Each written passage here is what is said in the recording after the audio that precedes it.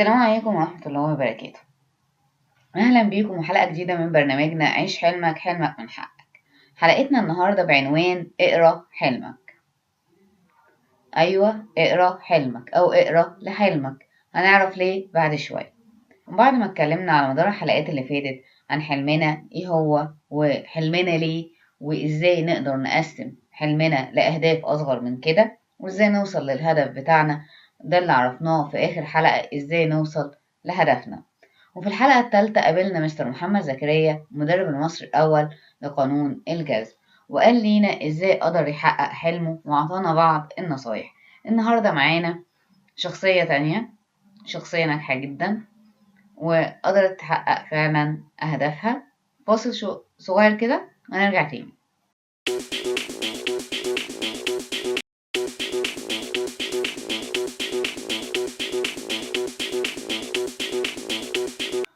ورجعنا لكم تاني بعد الفاصل.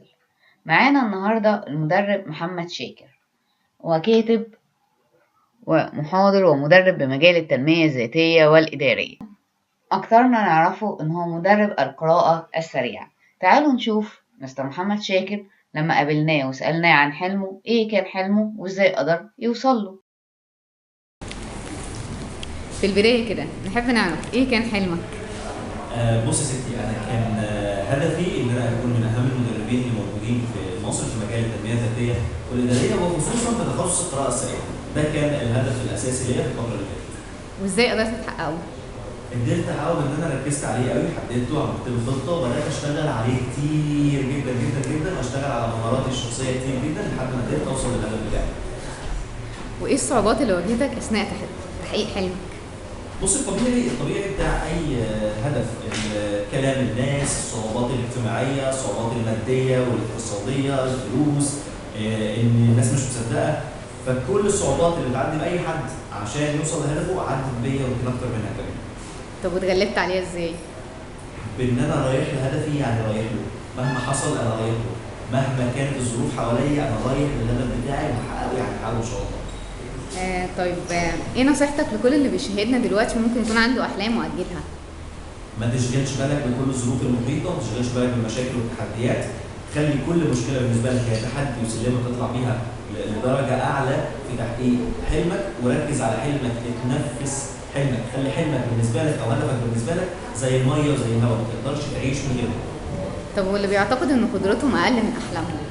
انت ما تعرفش قدراتك قد ايه، فخليك طول عمرك اكتشف في قدرات جديده. مفيش بني ادم على وجه الارض قدر يوصل لكل قدراته الكامله، فخليك عارف ان القدرات اللي انت بتقول عليها ان هي قليله، انت تقدر تعرف اكتر منها، لان مفيش انسان عارف قدراته الكامله. وإزاي نستخدم بقى القراءة السريعة في إن هي توصلنا أسرع لأحلامنا؟